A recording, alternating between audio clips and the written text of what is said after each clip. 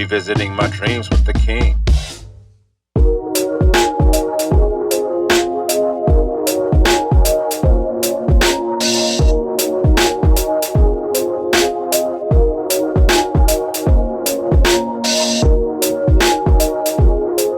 The Ride, the journey to your dreams. I'm your host, Johnny King III, aka Still Chill Leroy, and this is The Ride, the Revisit Your Dreams podcast right here on YouTube.com. We have a very special episode today. I have a very special guest. I'm excited about this episode. I'm excited about this guest, but before I introduce him and bring him to you, I wanted to let you know what we do here at Revisit Your Dreams. Our mission here at Revisit Your Dreams is to motivate, to encourage, to inspire, to share knowledge and wisdom, to explore real life testimonies of trial, error, and success, and to maybe even bring a few laughs along the way. Today, my very special guest is a very dear friend of mine. I'm getting ready to introduce him to you right now. He's a lifelong athletic and fitness trainer. He's a 6-year head coach of Page High School track and field team in Franklin, Tennessee. He's a former college track athlete and graduate of Tennessee State University. He's a proud member of Alpha Phi Alpha Fraternity Incorporated. My brother, my LB. He's a father of 3 extremely athletic offspring from Inkster, Michigan. My boy, my deuce, my brother, Coach Marcos Harris Sr. Welcome to the show. What's going on, man? I appreciate the invite, Johnny, man. I'm excited about what's going down and what you're doing. So I'm hoping that whatever words I can bring to the folks that, it inspires and maybe, even enlighten other folks on the way. Absolutely, man. That's the whole goal. That's why you're here. You have a path and a story that I think is admirable in many ways, from many different angles, and we're here to bring a few of them to light today. I like to start off the show with each episode. I start off by letting the audience know how I know each guest. Each guest that I'm interviewing is somebody I know personally. I've either some of them I may have known for a short periods of time, met them in brief, in passing, in events or something like that. Some of them I've known closely as friends and family members for a really long time. This individual is somebody I've known for a very, very long time. We met at Tennessee State University in 1992 as part of an engineering program that we were both in. And the main thing that I remember from first meeting Marcos, one of the main things that I remember from first meeting Marcos is we both had an interest in cutting hair. And, he had a set of clippers and I had a set of clippers. I was from California, he from Michigan.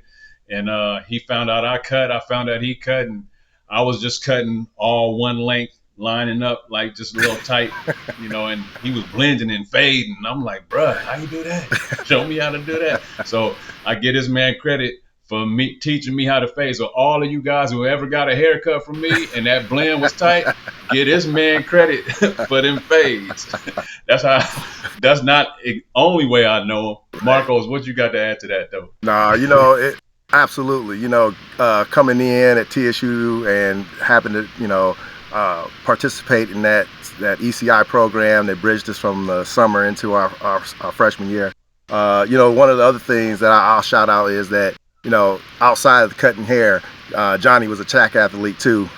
We used to talk about the hurdles and just running in particular, and some of the folks that he ran against in California who I used to watch being on the East Coast and watching how their performances were going too. So we shared that as a common interest, overall. So it was good. It was good to have that. And, Johnny, real cool dude, real easy to get along with. So we hit it off real good. That East Coast, West Coast vibe, we were just rocking it. So it was good. That's my boy. They say that Detroit and the Bay Area is cousins. So there you go. I'm from near Detroit. I'm from the Bay, and that's what it is. It is what it is, right?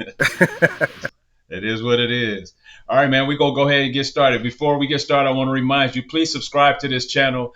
At the end of the episode, please like this episode. Please share it with someone who can benefit from it. I guarantee you there'll be some nuggets and some gems dropped today that someone that's watching or someone can benefit from. So please share, as we do this for the people, and we need the people to share it so they can benefit the people. All right.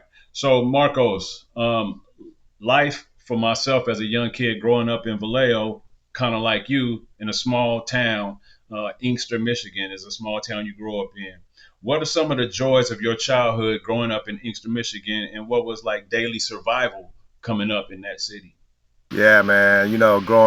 Growing up in Inkster, so for those that may not know, Inkster's probably about 15, 20 minutes outside of Detroit, west side of Detroit.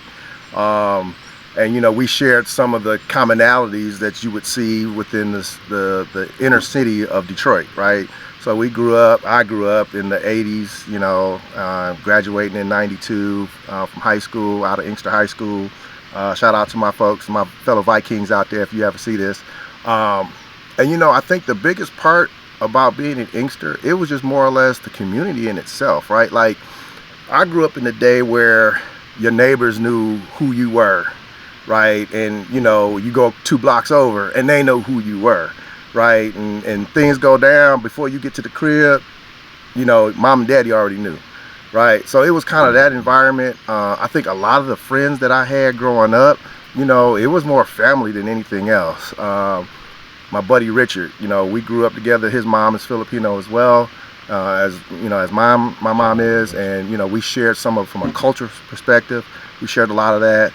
I had some really close friends like Donald Davison, Patrick Wimberly, Sean Hendricks, Brandon Pearson. Like, all of us, we all grew up together, man, and whether or not we were, blood cousins or relatives, the sense of community and family that we had together growing up, and to this day, like, even some of my classmates from Inkster now that are, we're in our 50s, right? We just turned 50 this year, many of us, and that's that common bond, right? When somebody's under the weather or going through something back home, there's that family connection that we all have, and we all reaching out, sending prayers, and just hoping for the best for everybody. So I think that was the big thing, and a lot of the driving factors behind that was just the elders, I would say, in our community. I remember growing up in the summer times, my first experience in running track and field was going to the community centers in Denby, and they called it Little Saigon back in the day, but growing up there during the summertime, running summer track with Metro Parks, and then doing other things outside of that brought the city of Detroit together and all the metro areas together from a track and field perspective. It was like a big field day. But a lot of that, man, we would have times where each community center within our area, they would compete against each other, right? So Denby against Lamont Garden, and then the folks that were across Michigan Ave, like, so it was just a sense of community, and it wasn't, it got crazy, don't get me wrong. It was rough. We had some rough, it wasn't never easy out there, but, as a child, like that sense of community, the friendships, the bonds that we've had growing up, that was huge.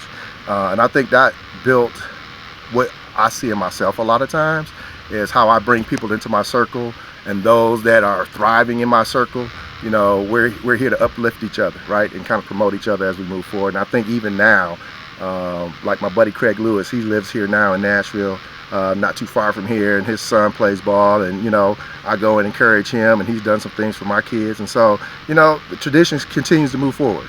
I appreciate that. That was a huge part of my upbringing.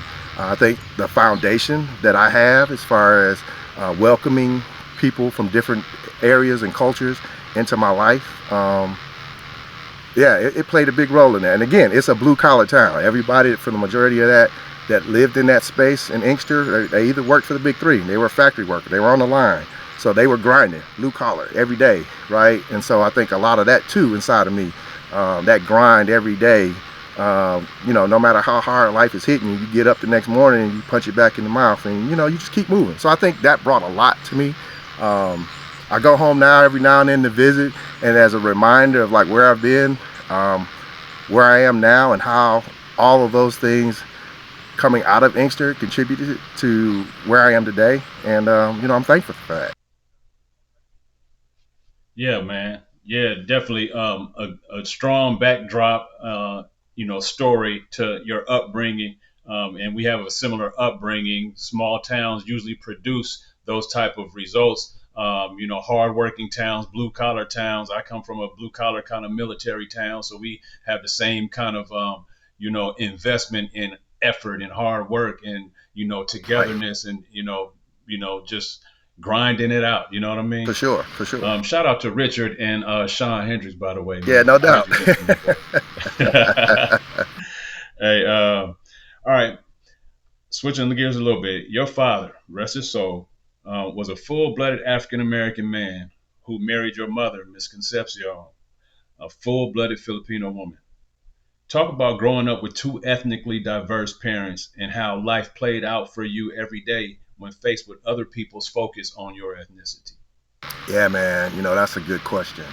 Pops, God rest his soul, he was born and raised in Memphis. And those that know you know that my parents were a lot older than most, right? My dad was born in 1923, Memphis, Tennessee. He went through all of the crazy things that we hear about in the history books, the different world wars, the depression, the segregation, Jim Crow, like all of those things this man has gone through and the stories he's told me, as I gotten older or growing up, it was like connecting the dots. Like, oh, wait, Dad, you playing at hangars in Tuskegee? Like during the Tuskegee Airmen? Like, what? And him not knowing, right? And then he made his transition north, during that time to that whole, when everybody made it from the south to the north, the Industrial Revolution and working in the factories and stuff. And, he was a part of all that. And it was just, to see that, right? Again, that grit, that, hard working, blue collar type, mindset. It put a lot in me. Mom being from the Philippines, right? Mom was, I think, 38 when she came over. So just imagine having me about 39, 40 years old. She was very set in her career in the Philippines as a teacher and making her way, and had no plans on coming to the Philippines until she met my dad. And, yeah, that was different too, right? Because now you're talking about being born in the 70s, growing up in the early 80s. And, back then, that ideal of having that multicultural family was kind of like, even if you were in that black culture, they always kind of looked at you a little differently because they're like, well, what's she saying? And what you doing? And, it was a challenge. So Mom never really, she kept us close to the culture, but she never really engulfed us in that, right? Like I wished I was had the opportunity to learn how to speak Tagalog or Cebuano growing up. But during that time, it was frowned upon of knowing like multiple languages, right? You would grow up and people would be somewhat, leery of having you around and speaking different languages, right? Not knowing what you're saying. So that was different. But yeah, Mom and Dad really I think also having that multicultural type of family aspect, I'd never seen color until I got into high school, right? I didn't realize like the black, the white, the the Chinese, Asian, Latino, right? It was just people. And then not until I got more exposed to like the different folks within the black community did it really realize or kind of show on me like, yo man, like we understand that you half Asian and half black, but when people see you, right, they see a black man. But I've never, for me it was just like people. So I've always been able to kind of, walk in the realms of others, right? So even if I was with the Asians or the Latinos or the blacks or the whites even, right? Like I've been able to kind of ebb and flow in those spaces. And I think just having that multicultural being around different races and cultures growing up allowed me to be able to kind of expand that mindset, and then being able to accept and know again where to ebb and flow in those situations. So I think it was really good, man. I think it gave me a great foundation of where I am today. It still keeps me focused on some of the things that I know from a society standpoint that we struggle in. And I hope that, the little things that I do and the seeds that I plant, whether it be in my athletes, whether it be in my coworkers, whether it be just in the people that I meet from networking in my fraternity, I hope those seeds then help grow and foster a new a mindset, right? That we are all one people, right? At the end of the day, we're all looking to do the same thing, provide for our families, right? And make a happy life for ourselves while we're still here. So I think that many of our goals, although we may see things in different lenses, I think end goal, by the end of the day, most people are feeling that way, right? So yeah, it's been good. It has opened my eyes to a lot of things when you grow up in an atmosphere like that. But I think, again, that's what propels me to do what I do today, right? I'm really involved with the kids in my track program. I truly love and support, uplifting those kids and other kids that are, there's no kid that I've never coached, whether you in the same school, different school, right? If you're in my space, then, I'm going to provide you what I have, and hopefully that knowledge then carries on to someone else if you carry that one with you. Yeah, that's important to do that. I mean, it's a responsibility. I was watching a podcast yesterday that had Dominique Wilkins on it, and he was just mentioning kind of what you said is you have it when you grow up in an athletic environment and you were coached and you know what it means to be coached and you know what it means to give for somebody to pour into you. You have a responsibility to give it back and to pour it back, even if those kids aren't yours, even if those kids aren't on your team. Sometimes if that opportunity presents itself, go ahead and teach that. Use it as a teaching moment because somebody did that for you at some point. Absolutely, right? Man. I mean, I'll take my hat off. Keith Bailey was my high school track coach, and he's probably one of the linchpins, I would say, that poured me into, Alpha Phi Alpha, right? That was my first experience to Alpha, and from a coaching standpoint, right? And, he was tough, but a good man, right? And I don't know if he happens to see this, kudos to him and the things that he did and the sacrifices that he made to put me in this small situation that I am in today and being, afforded the ability to coach other kids. So, I appreciate that. That's awesome to be able to look back and remember those who made an impact on you. What was your first introduction to sports as a kid, and what eventually led you to your love for running? So, I don't know, many of you may remember this growing up, but like in elementary school, we used to have field day, right? Field day was where all the different classes would come and you would have like a shuttle hurdle relay. We used to have like a sack race, and we would run the 50, the 60 yard and the 75 yard dash, and maybe it was like a softball throw or something like that. So we would do that every year, right? And I think we couldn't participate as like kindergarten, first grade, but once you get like third, fourth, fifth grade, right, you were able to participate in field day. And so that was kind of my introduction. And then from there, my gym teacher, Mr. Glaze, again, another important person in my life, who kind of brought the sports aspect into because again, my father being, born when he was born, never had really true experience in experiencing, sports at all, to some degree, or in which we partake in today. My mom coming from the Philippines, her main focus was education and making sure that we, went to college and got what we needed. Dad was too, but he was more like grind out, let's go to the factory and make a living, right? But Mr. Glaze, although he was an Omega, I still love him. Shout out to Omega Sci-Fi. But nonetheless, yes. He kind of took me under the wing and said, hey, Marcos, you pretty fast. Like, you should consider running. And what they had, at the time, Detroit had the Metro Parks and Recs. It was kind of like track and field, but it was Parks and Recs. So for like the Michigan area, and it was mostly, I guess it was just, downriver area where we were. There was some mid-state cities that would come down for it too, but it was Metro Parks and Recs. At the end of the summer, it would just be like a huge field day. And I had my first experience of that. I was probably third, fourth grade, and from there on, man, it was just like, all right, introduce myself. The Parks and Recs introduced me to Hershey Track and Field. There's no longer a Hershey Track and Field meet, but it's now been converted to USATF, what we know today, USA Track and Field. But they had the Hershey Track and Field. You had to qualify for that. I was blessed enough to make that in the 200 meters when I think I was like 11 or 12 years old. But yeah, man, starting off with field day at Douglas Elementary School, man, right there in Inkster. You ran track in college for our alma mater, TSU. Talk about the transition in mindset that is important for a high school athlete who's preparing for competition at the collegiate level.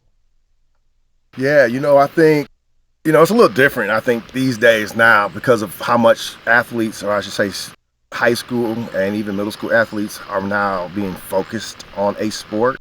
For me growing up, I played basketball, I ran track, liked to play football. So we were exposed to a lot of different other sports, right? And not even in high school, like no one really thought about focusing on just one sport. I think we ended up kind of drifting that way just because, but it was never like, yo, you're gonna do this, and then in the summer you're gonna do AAU basketball or run AAU track. It was just, we just did it all, right? And it didn't matter. And so for me, it was just like, hey, this is fun. College is probably gonna be the same way. Not understanding like what I do here in high school, middle school, right? It's because it's the love of the sport, right? But transitioning into college now it becomes more of a business, right? Because this college, university, wherever you end up going, is now investing in you, because as a coach, I'm looking at, specifically in the college level, right? My success is based on championships, the number of athletes I can send to national competitions, what accolades am I bringing into the university so they can use that to promote the college or the university that we're in. And so that, as a student athlete, not really understanding what that meant, right?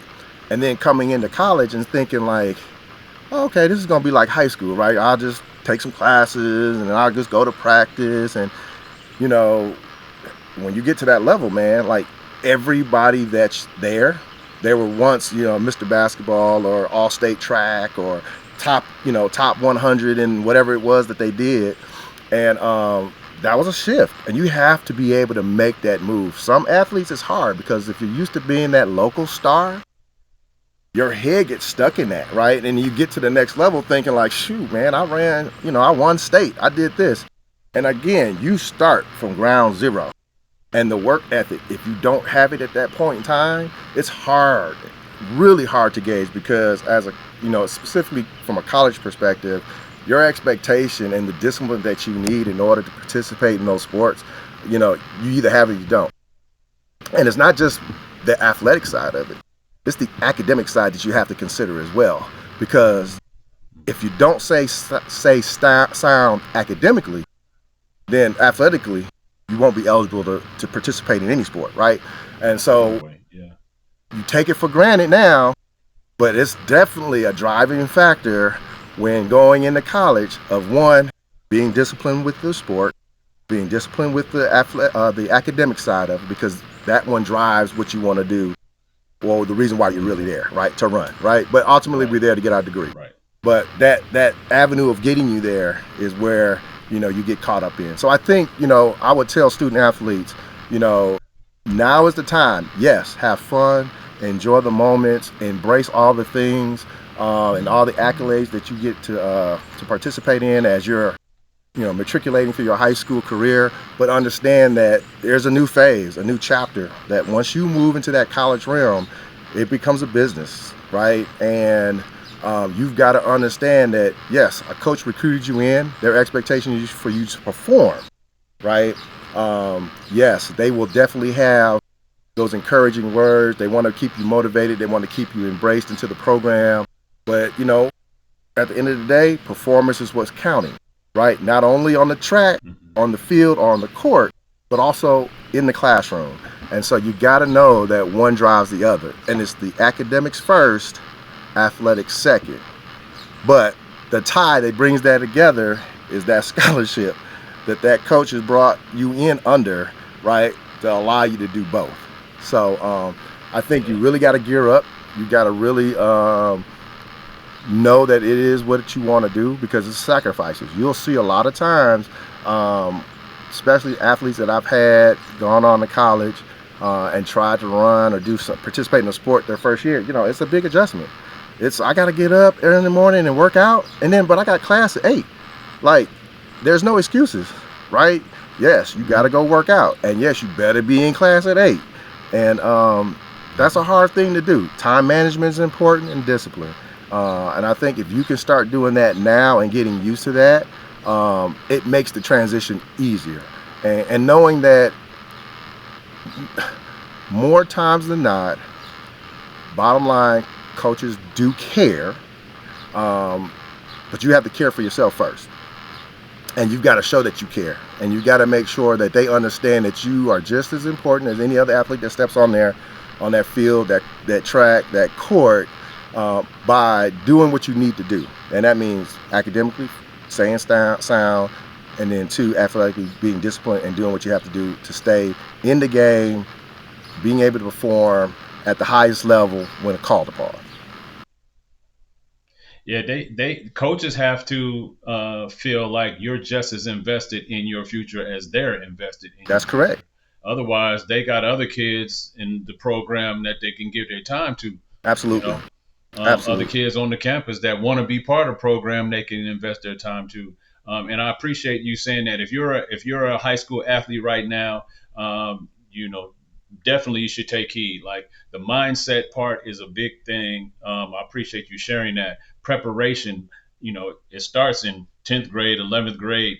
Don't wait till your senior year. Don't wait till your freshman year in college. Like start that preparation early of getting in the right mindset, getting Absolutely. used to being consistent and regular with your classes and with your grades and with your workout routines and things like that, so that when you get to college, especially if you have aspirations to be a D1 athlete, when you get there, you don't have a huge learning curve of transitioning to a new schedule and things like that. Yeah, and You're real talking quick, to a I'll add real quick to that too. And I know we like to focus on D1, but I would just say any aspect of college athletics, if it's NAIA, D3, D2, it's all important from the academic and discipline preparation standpoint. Because even though you might not be a D1, that NAIA or that D3, that they still want to compete. Coaches want to compete. And they want to make sure that when they bring in athletes, that those athletes are there to compete and to be there academically sound, right? no Everybody's not matter going to what be a level it Usain is. Bolt, right? But Yeah, you work hard, you do what you got to do in the field and as well in the classroom. Those things will come. doesn't matter what level. Right. JUCO, two JUCO, year, yeah, for four sure. year, don't matter. Yep. Preparation is key. Yep. And Absolutely. all coaches going to expect the same thing. And in order for you to maintain your scholarship and make it to the next level, if you have aspirations, it doesn't matter what level That's right. you That's right. compete on. The expectations are the same. You're talking to a D1 track athlete. You're talking to a high school track and field coach of 6 years, a award-winning high school track and field coach of 6 years. Let's talk about that a little bit. In 3 of the last 5 years, your teams have competed in the TSSAA state track and field championships, with your boys team earning the top crown in 2023 and earning you the honor of National Federation of High School Coaches Association Tennessee Coach of the Year for boys track and field. Congratulations on that honor. Appreciate it. Talk about your journey from earning the head coaching job and then the growth and development you've brought to the program that has led to your recent success. Honestly, like all I ever wanted to do was just coach, right? And when the opportunity came about to be a coach at Page High School, I came in as an assistant coach for sprints and had no aspirations whatsoever to be a head coach. I just wanted to go in and train and work these kids that were sprinters and see, like, could I make them faster? Can I make them stronger? Can I get them, and the first 2 years, right? It was challenging because the high school, I guess, once was considered in a rural area, but that area has grown so much. So folks know about the growth of Nashville, and they understand how fast Nashville has expanded. But in the area of where we're located, it was once deemed as a rural area, right? And didn't get real high accolades on athletics, right? But over the years, specifically since I've been there, our football team has gone to state. I think the last 4 years they've gone. Haven't won one yet, but they're real close. We're just now starting to get recognized. When people hear Fred Page High School, they're like, what? And I think we're making a name. The sports program there and the coaches there at that school and the administrative staff that supports us, they're allowing us to be able to make these athletes where they need to be. And so, coming in as an assistant track coach for 2 years, third year, we had some transition in head coaching, which gave me the opportunity to become the head coach for the boys at Page. And, we've just been working, right? I always tell my kids, so I'm one of those coaches, right, that I don't go in, I don't do all the statistical calculations to see where we would fall and how best we are. I just say we come to compete. At the end of the day, like, give it all you got, right? I was like, every PR becomes a large win for us at some point in time. And in 2023, man, when we won the state, I had no clue we were in the state until the last event of the night. Like, I went the whole day, right? I didn't look at where we stood as a team, how many points we had. You know, somebody came up to me and was like, "Hey, coach, y'all know y'all can win the state." And I was like, "What are you talking about?" Right? I'm walking back over to the tent. They were like, "Y'all tied with Signal Mountain right now." I think it was like 69 points or 65 points. I forget, whatever the number was, right? And so it came down to the 4x4, right?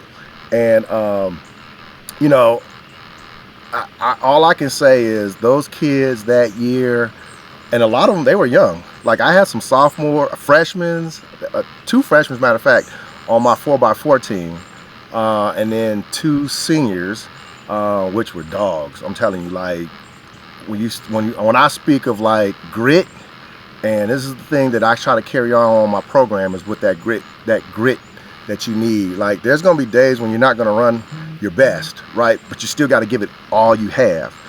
And I mean, that year it came down to it, and I had one of my kids on my 4x4. I didn't know this until after the fact. He didn't tell me this. He just said, he told me after the fact that he had 2 fractures in each shin, and he should have been wearing boots, air casts or whatever. And he never told me. He was my 300-meter hurdler. He now plays hockey at MTSU.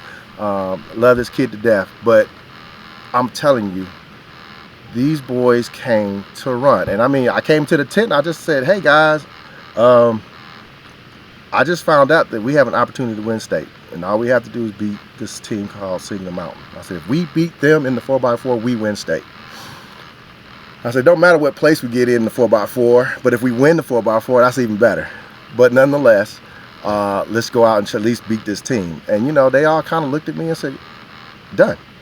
Right?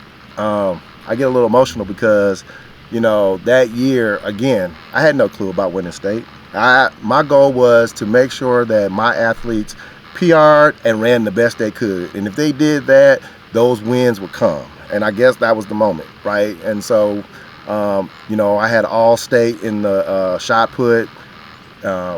Another same guy for discus. I had another kid who was I think he was a freshman or a sophomore at the time. Pole vaulter, placed 4th overall in state for that. My 4x4, my 4x8, had a hurdler.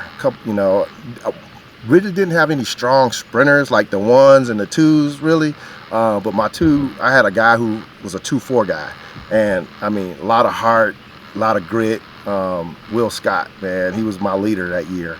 And, you know, without him, I think, you know, he was like that other motivation factor when I wasn't on the field or on the track, right? So he helped coach the guys too.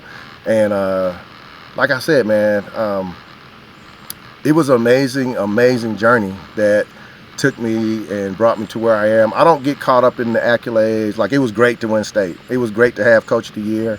But it was even better to see those boys participate and win a state meet the way they did. Because I can't even say we were the underdog. We weren't even in the race. Let's put it that way.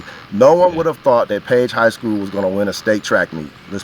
You know, we were never on anybody's page. And, you know, to be able to step up into that realm and do that, it was a great accomplishment. And, you know, at the end of it, there's an interview of me, I think it's on Mile Split now, where, you know, I think they asked me like, "Hey, did you go in here thinking you was going to win state?" I had no clue. And, you know, again, my focus has always been the kids and their performance and them getting better. And the goal is, as they get better, the team gets better. And that promotes us to hopefully winning a state championship, right? And so, you know, we've moved up in division. We're with the big dogs now. So, you know, we don't have a lot of the depth that some of these other schools have. But, you know, this year we're bringing our 4x4, both girls and boys 4x8.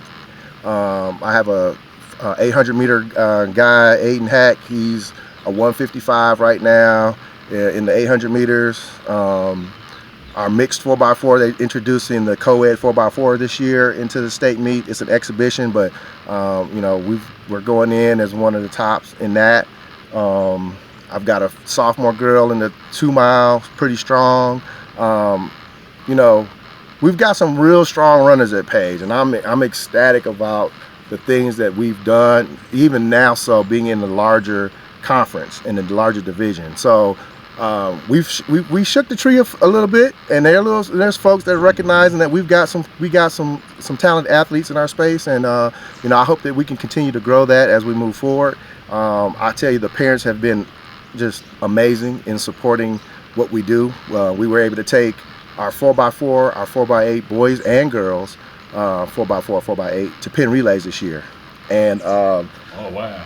yeah, and our girls, they made it into the championship round. I think right now we are the 3rd fastest team to ever run the 4x8 girls in Tennessee to date. I think we ran a 9:12 and some change, but that made us the 3rd fastest girls team to ever run the 4x8 in Tennessee. In Tennessee. Yeah. So I mean, you know, those are the things that I look forward to, right? It's making those wins, because those are memories those kids will always have with them. Hopefully those are driving factors that'll allow them to pursue whatever career they may be, whether it be in track and field, corporate, entrepreneurship, like whatever that might be. I'm hoping those little wins that we've had in those scenarios propel them to do so. So so far it's been a great journey. I'm trying to figure out what the next chapter looks like, as you know. I prepare to send my youngest. He graduates today from Stewart's Creek High School. So, you know, preparing for that today. And, you know, ultimately, yeah, I think I want to, you know, at some point transition into maybe a small college aspect of coaching, maybe an assistant somewhere, maybe a head job. I don't know. But I love it enough. But I also love the interaction and the development and motivation of the kids. So I think for me, at the end of the day, it's not about the awards and the accolades that I may get along the way. It's about the seed and the nurturing of that I can provide these athletes and these young adults as they move forward into the world and carry on and hopefully make this place a better place for everybody. Yeah. And speaking of seeds and nurturing, you know, and not, you know, caring much about the glory and the shine, but we're going to go ahead and give you your flowers for everything that you're doing for these young kids, man. I appreciate you, bro. Because you're turning them into champions, brother. You're turning them into champions, you know, on and off the track. You mentioned your son, your youngest son, Keelan, is graduating today from high school.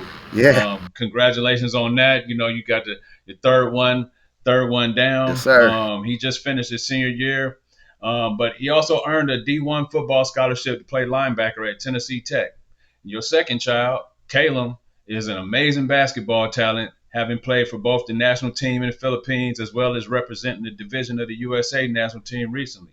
But your oldest son, Marcos Jr., was a standout nationally ranked high school running back who was also a nationally ranked 100 and 200 meter sprinter that competed in the Junior Olympics prior to suffering a significant injury at the start of his senior year of football.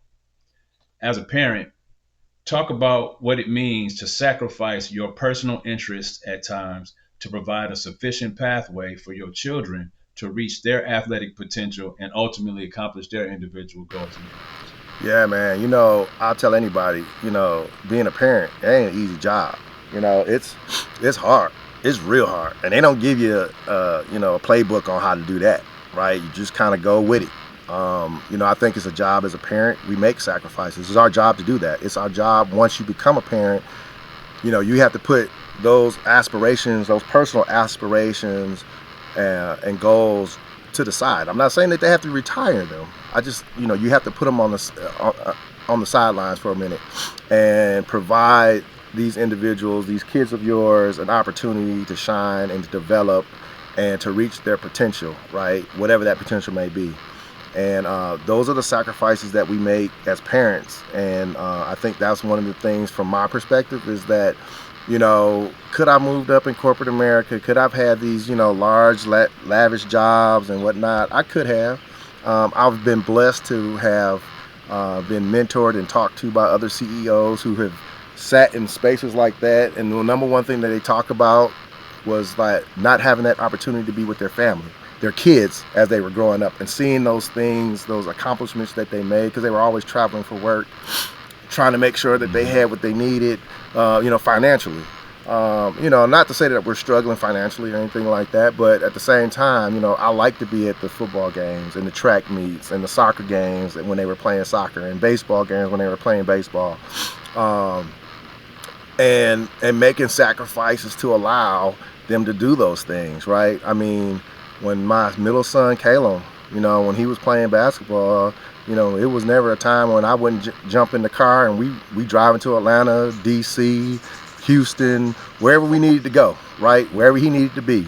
That was my job. Marco's my oldest, right? Like, for every camp that he wanted to go to or needed to go to, it was like, let's pile up, let's roll out. No matter what I had going on, that was my job. It was my job to give them the avenue to be able to be successful. And I think that's a parent's job. And it's hard, right? Because we've got to know sometimes we're robbing Peter to pay Paul, right? To do that thing. Sometimes we're sacrificing certain things that we wish we could do, that we can't always go on the fellas trips or the group family trips that folks have planned, right? Sometimes we have to sit back and just be. And that's okay, because I look at my kids today. You mentioned, Caleb being able to play on the national team and going over to the Philippines and playing there, and us having dual citizenship both here in the States as well in the Philippines. Marco's my oldest. I mean, he's traveled the world. He's been to Dubai and Africa and Portugal, and it's just been all over the world.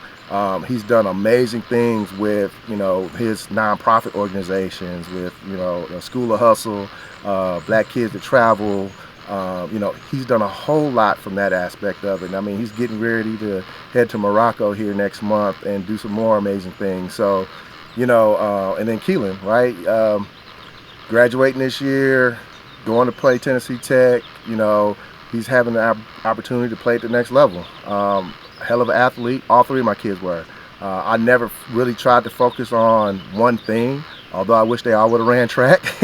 But nonetheless, right, they excelled in the sports that they did, as well as still being exceptional athletes in track and field, right, for the level that they participated in.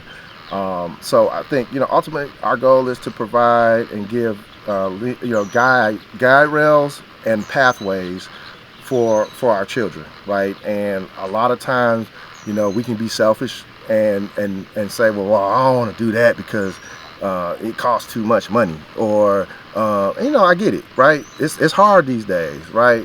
But that one moment might be the moment that athlete, your child, may need in order to get, maybe it's a scholarship, maybe it's an NIL these days, right? Maybe it's just that opportunity to realize, like, dang, I really can do this. Let me lock in, right? So, I think, it's not easy being a parent. And I take my hat off to all the parents out there. Single moms, single dads, both mom and dads in the household. Like, even, it's hard all the way around. They don't even matter, right? But I think our job is to continue to push forward for them, be their shields while we can be.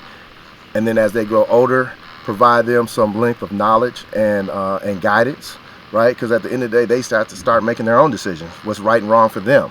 But understanding that there's consequences to those decisions. And as long as they understand that and they're comfortable of what those decisions that they make, I think that's what we do. That's what we do as parents. So it's been a great journey this far. I'm looking forward to the transition. As I see my two older kids now, it's more, I'm not the parent per se, than I am more or less that elder that provides them guidance and a friend to my kids, right? I mean, yeah, I'm always going to be dad, right? Yeah. But I don't have to interact with them. At this point. Right. I don't have to interact with them the way I did when they were, in their adolescent ages, right, or through middle school. And I think that's the fun part about life right now for me. Is seeing that growth, seeing that maturity in them, seeing that those things that I've done or that we've done as a family, them embracing that, and then that being the catalyst to do the things that they want to do in life today, right? And I know goals change, situations change, and I think even in that, we continue to move forward. And I appreciate the hard work that they put in, and I just hope that the seeds that I've planted in them will grow and nurture, and then they make, a small place in this world a little bit better from their interactions with others. Man, if you have a young athlete, you're listening to an individual who recognized at some point in his children's young lives that they had some desire and they had a little bit of talent, and all he did was pour into that desire, into that talent.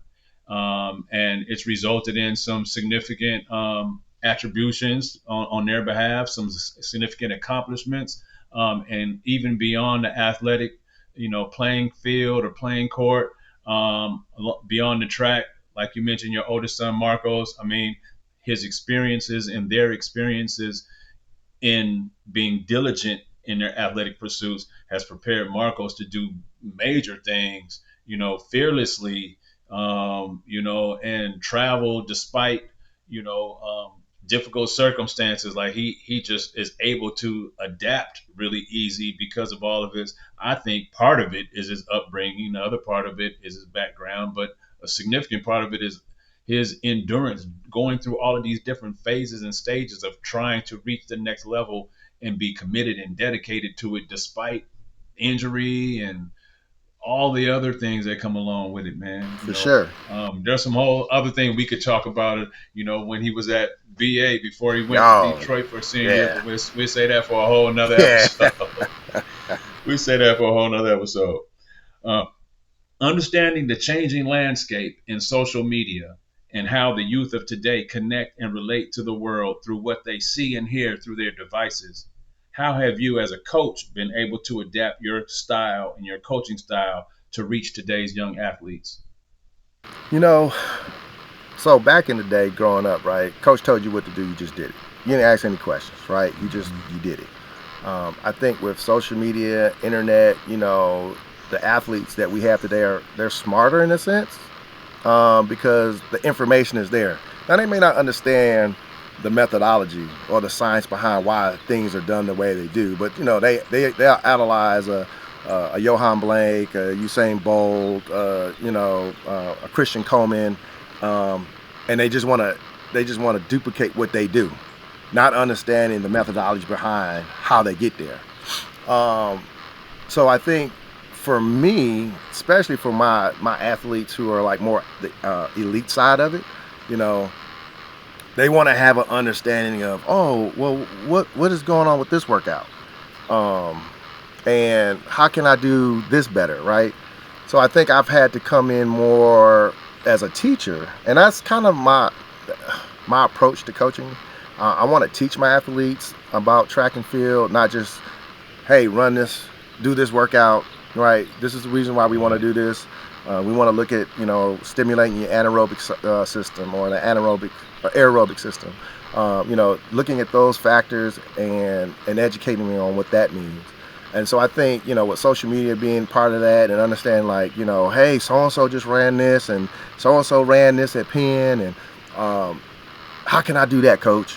Right? And so it's coming into the aspect of, all right, understand, right, there are certain levels of talent that we have to accommodate for. And then also, there's a certain amount of drive. If you want to get to this point, here's what you got to do.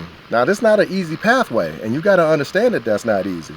So, if the workout seems a little crazy, it's just because in order for you to run crazy times, you got to kind of attack it that way, right? And so, yeah, I think it is evolved how, for at least for me, I have brilliant kids. I mean, my kids are smart. I've got, I think, 5 or 6 kids, maybe 5, I think. I mean, they've scored at least a 35, 36 on the ACT. That's on my track team. Like, these kids are smart, and they're bringing a certain level of knowledge, right? So you've got to kind of match that energy in order to help them buy in. Because it's not like before, right? Coach used to tell me, hey, Marcos, you got to run 10-400, sub 60, 3 minutes rest, go. Right now, they want to understand, well, what am I gaining from this, coach? So yeah, so I mean, I think I come in with more of a professor of track and field than a coach of track and field, and then help educate them where we can, not being too much, right, and being over their head about it, but just giving them small snippets of what they need to understand specifically if they're going to look to go to the next level and run at the college level, right? Having a little bit of understanding of what to do, how to take care of their bodies, what recovery looks like, and how the workouts pan from that. So That's dope. I think it's good to acknowledge that you're dealing with a different age demographic than, or a different a philosophy mentality than when we grew up, where a coach could just say, "Hey, go do this," and you just went and did it, yeah, no questions asked. yep, You know, you didn't ask why, how. You just tried to do it, yep. even if you was doing it wrong. He said, "Do it like this. I'm gonna go do it Do like that." That's right. That's right. You know what I'm saying? Yeah, for sure. You didn't ask no questions. No question. All right, man.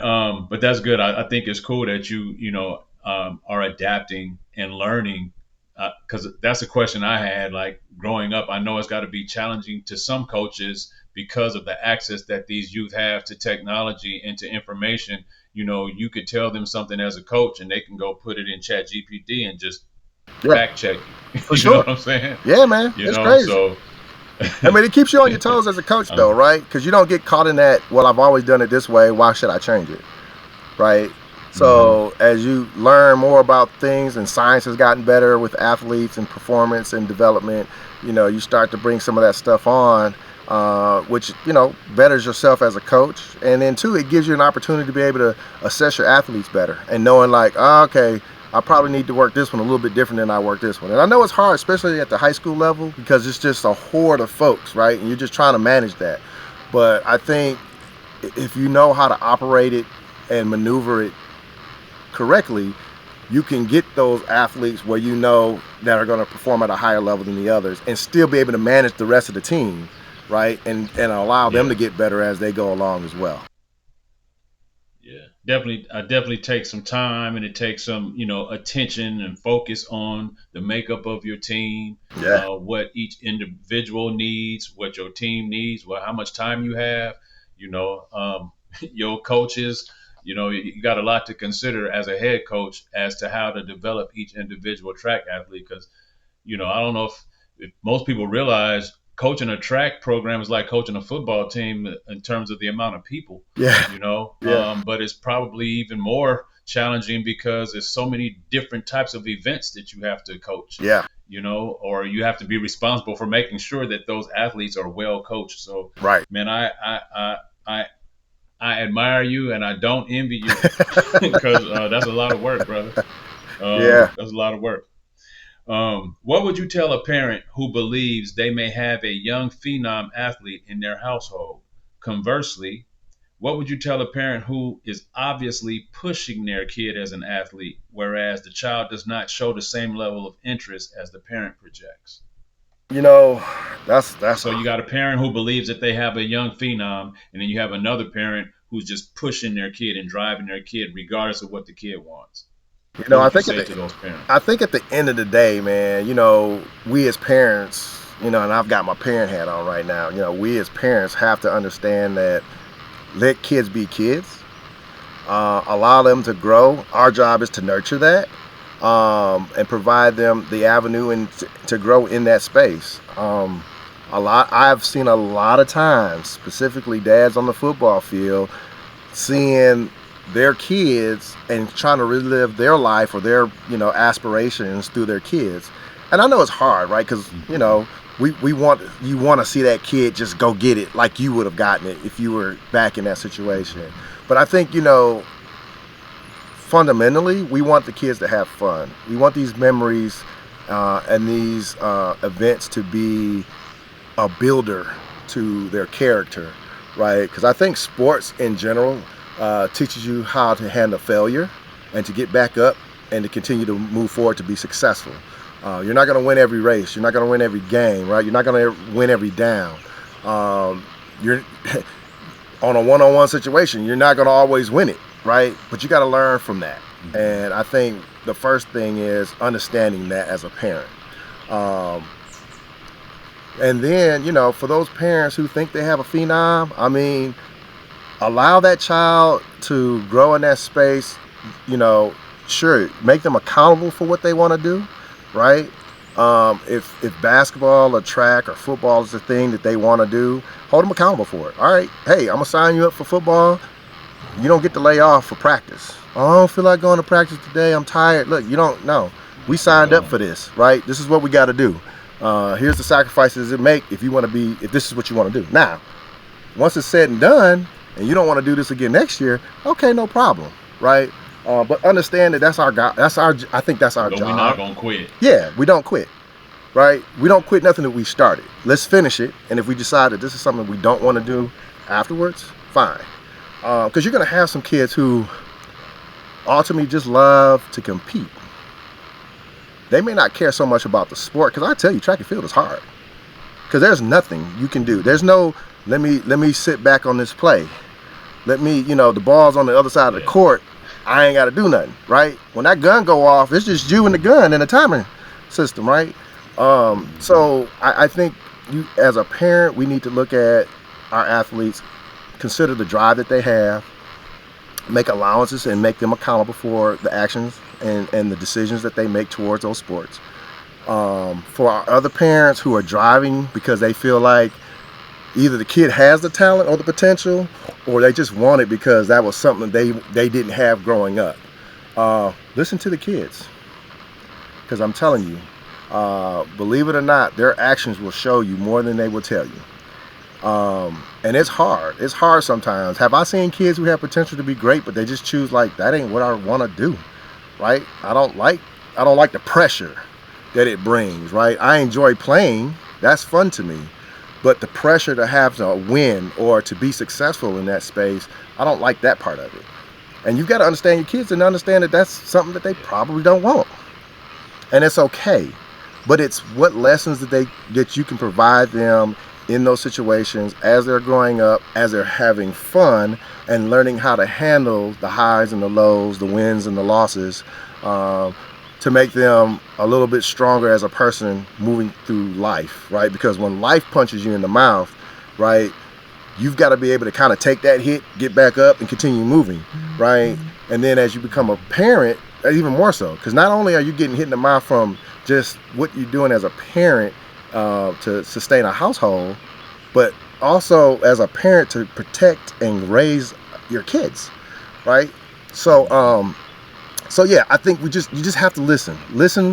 It's hard sometimes. Understand that not everybody's going to want to perform at the next level, even if they have the potential, and know that it's okay, and that they hopefully will grow from those situations, and you as a parent will grow from that situation, and knowing that they may have had the potential, but their growth is elsewhere, right? They may be competitive somewhere else, and the sports is what drives them to continue to have that grit, that edge that they need to be competitive, and knowing how to handle that when things don't always go the way they go. I appreciate that response. And I think because there's a lot of parents, I won't say most parents, but, there are a good amount of parents like to see their kids active in sports and want to sign their kids up to participate in some sport. And most parents that sign their kids up to participate in sports want to see their kid excel in the sport. So much so that they're looking for every little light of talent and gift. And then when it's exposed, sometimes the parents, their goals and visions and view of what they see the potential for that kid is versus what the kid actually wants to do become two different things. And it can get miscued and out of whack a little bit and imbalanced for the mental health of the child. For sure. And so that's why I asked that, because, we all have kids and, with this NIL money, Yeah. Going around today, it's even more, what you said is even more prevalent, because I imagine that there's even more parents now that are pushing their kids to Oh try yeah. to go into athletics to try to get some money from that Yeah. angle. And I think there could be an imbalance in how we guide these young athletes if we're focusing on that as opposed to focusing on what it is that they want to do and who they are internally. You know, there's going to be a time in life where your child will enter the race of every day have to go into work, right? Allow them to be kids, allow them to grow. You know, yes, there is a transition point, and I think high school is that transition point for all student athletes, right? To really start thinking, is this something that I really want to do for my next, you know, 10 to 15 years, right, of my athletic life? Is that something I want to do? Because it becomes challenging, just as you mentioned, NIL deals, and now that it's even available to high school students, right? Now you got high school students getting NIL deals. That's a whole nother level of complexity that you bring into the family household, and don't let that be the driving factor behind why you push your child to be great in a sport. Let them allow them to have fun, hold them accountable for what they do in that sport, and the other things will come. Yeah. Yeah, we're getting. Thank you for sharing that and adding that. We're getting toward the end here, Marcos. I got a few more questions No for you doubt. though. When your coaching career is over, when you're done coaching, what would you have hoped to accomplish? When I put up that hat of coach, man, I think for me is looking back on the lives that I've touched in that span of my coaching career, right? It's about seeing those kids that I've had the ability to oversee in my coaching career, where they are, what impact have they had either on the world, in their community, in their life. That's what I think, that's the most important part for me, right? Because once the clock stops and you cross the finish line, it's what's next, right? And it's about making the world better. And I think my job, or at least I've took on the mantle of anyone that I can touch and provide some knowledge to, or plant a seed in.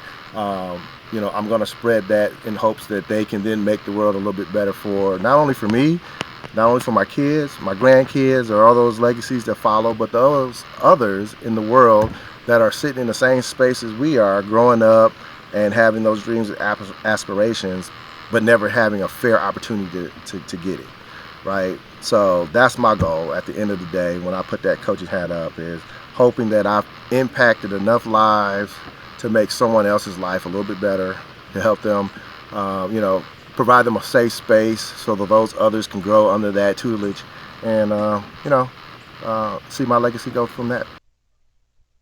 Is that feels like a fulfilled life? It feels like a life lived without regret, right? Absolutely, man. Absolutely. No regrets, baby. What would you?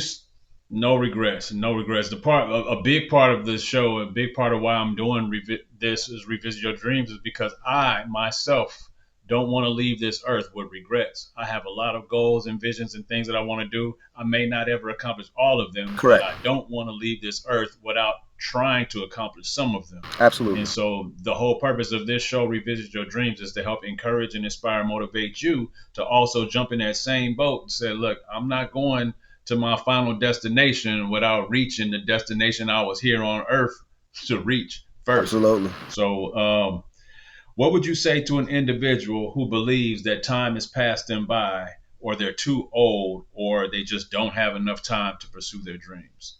I don't know, man. The world's moving so fast. It always feels like you never have enough time to do anything, right?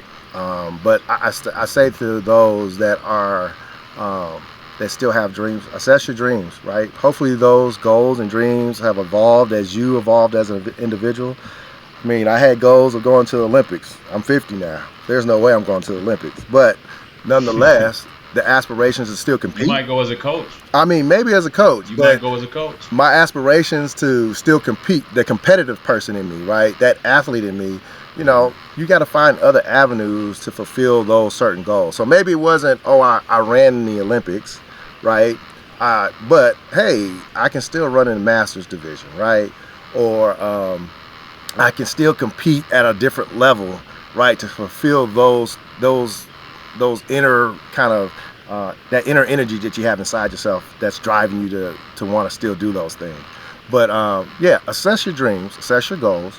Understand that where you are in life doesn't restrict what you do. It's just how you do it. And that, we just got to be mindful of how those things are approached, and that nothing is ever out of reach, right? They may look a little different than what you initially thought when you initially made the goal, but it's still obtainable to some degree, and you just got to understand what that is and be okay with that pathway. And I think for sure, as we mentioned before, no regrets, right? Pursue the dream, the goal, whatever that might be, to the fullest until you know that you've done all you could do, and now I have to put this up and move to the next thing, because there's nothing left for me in this space that I can accomplish or achieve. So I think, yeah, don't give up on them. Just understand that it may look a little different, as you're moving forward through life. Keep evolving, keep growing with them, keep letting your dreams grow with you. That's right. And you might have to adapt them. Like you said, at age 50, we might not be able to participate in athletics like we once desired to or once could, but we could coach, or we could mentor. Correct. Or we could, do something else, or we could talk about the sport. Yep. We could, educate people. There's so many different things that you can do if you want to be attached still to that dream in a slightly different capacity. For sure. But it starts with what Coach Marcos just said is assess your dreams. You got to assess them to know where you stand with them, where those dreams stand with you in your life. Yep. And where you are. And then if you need to pivot off of them a little bit, left or right, you don't have to kill your dreams. You could just pivot left, pivot right, and still be heading with forward momentum in that direction. Maybe, like I said, I can't be a sprinter right now, but maybe I can coach sprinters. Correct. For sure. Maybe I can't coach sprinters, but I can talk about sprinters. Yep. Yeah, for sure. So there's always a way and always an angle. All right.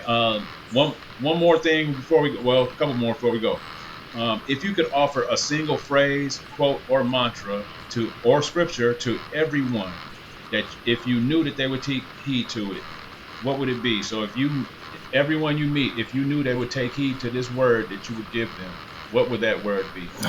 Word, huh? I would say stay driven. Stay driven, right? Because there's always going to be things in your way that will want you to stop, and that's okay to pause, but know that you got to keep driving forward. I think you and I both know, coming through the House of Alpha, Invictus, and If, right? Two of my favorite poems. I think if you haven't read them, if you don't know them, you need to make sure you acquaint yourself with them. Invictus is my go-to. It's as an individual. It talks about the grit, the grind, the hardship of how you just continue to move forward no matter how bad the situations may be, and how you can control your fate in that space. I think as a student athlete, as a person in general, If is a great poem. It talks about, keeping your head when all about you are losing theirs and blaming it on you. I think, as you grow up, you're going to find that, right? You're going to see that. You're going to have, family, wife, kids looking at you, right? Blaming you for certain things, but you got to keep your head about yourself.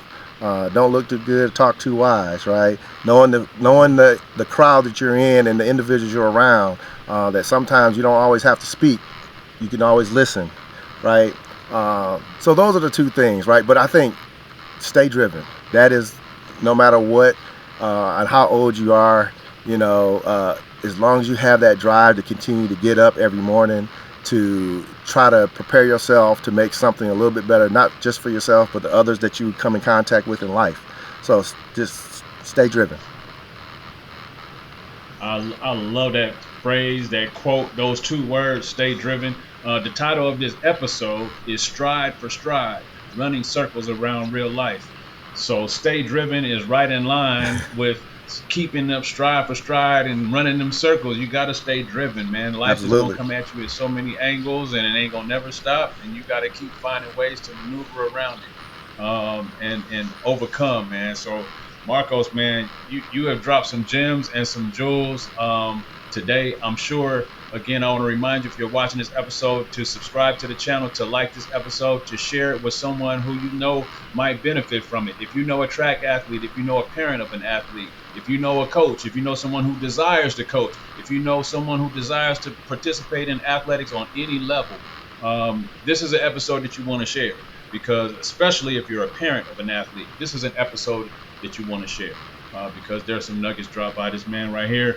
I got one more thing for you, Marcos, before we get out of here. It's a bonus question. All right. I call it it's a bonus content round. I call it "What's Your Rush?" as Okay. in Mount Rushmore. Okay. And what all we're just looking for is your Mount Rushmore. You know, Mount Rushmore has 4 iconic images or faces on it. So what's your Mount Rushmore? The 4 most inspirational people to you in your life. So I'll just shoot off. The first 2 will be my mom and dad. You know, Leslie Harris Jr., Salvation Harris, or Daniel is her maiden name. Those are my 2. I would say, it's that Mount Rushmore. There's a lot of people in my life, man, that has helped me. But another one that comes to mind would be Keith Bailey. He was my high school track coach on that space. And then it'll be a lot of faces, but my college crew, and they know who they are. So it's the Johnny Kings, the Byron Turners, the Damani Maneys, the Derek Hamptons, the Derek Tripps. Like that village holds us accountable, or at least holds me accountable for things, and I think we do that for each other. But to add to my success, right, I probably wouldn't be where I am if I didn't have them to motivate me, or them to check me from time to time, and vice versa, right? So I think that would be my Mount Rushmore of motivation, right? Pops being born in 1923 and accomplishing and going through life, you know, the way he did. My mom coming from a whole nother country, coming to the States and thriving and surviving like she has, with, you know, 2 master's degrees and teaching, you know, and retiring as a teacher. And then, you know, Keith Bailey, fraternity brother, track coach, inspiration to where I am today as far as coaching, and in my crew. And y'all know who y'all are. So I appreciate y'all for being a part of my life and allowing that and helping me grow to where I am today. And, you know, I'm looking forward to the continued journey and where we may go as a crew. So I appreciate you, Johnny, for doing this. I think what you're doing is great. And I mean, I'm looking forward to how this goes. And, you know, anytime you need me to come back on this show and spit a little bit. I ain't a good rapper like you. I don't know how to drop no rhymes, but, you know, I might be able to talk a little bit. I might be able to talk a little bit, though, and help motivate some folks. So, you know, just holla at your boy. Yeah. Man, you've been great, Marcos. I appreciate you, man. And the feeling is, you know, it's all mutual. It's all love. We go way back, man. No doubt. And, you know, the same level of inspiration and motivation and just grit that we get from one another to just keep going, to not quit, to not give up, to, you know, to not succumb to the pressures of the world. You know, things get tense, and we keep a tight enough communication amongst one another that even if we don't see each other every day, we know what's going on in each other's lives enough to say, hey, brother, you all right? You right. Good? For sure. Right. For sure. So I appreciate that, man. It's to the day we die, man. It's to the day we leave this earth. That's right, baby. So, man, thank you, Marcos Harris. This has been another episode of the Revisit Your Dreams podcast. I want to remind you that our episodes will air each Thursday right here on the Revisit Your Dreams channel at 8 p.m. Eastern Standard Time on YouTube.com. Again, like, subscribe, and share so that our channel can grow. We do this for the people, but we need you to spread the word so we can help the people. Again, I'm your boy, Still Chill Leroy, a.k.a. Johnny King III. This is The Ride. Appreciate the journey. Marcos, one love, my brother. One love, baby. We out. All right.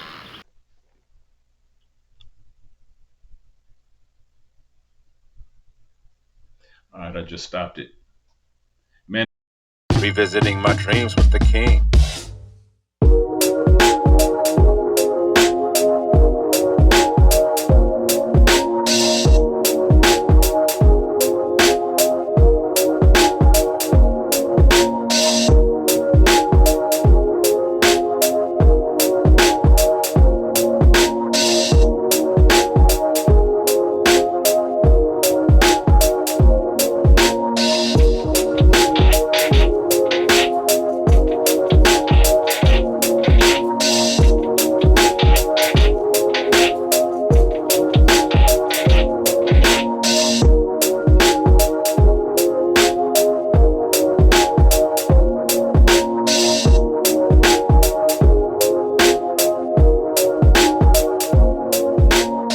that's my fault.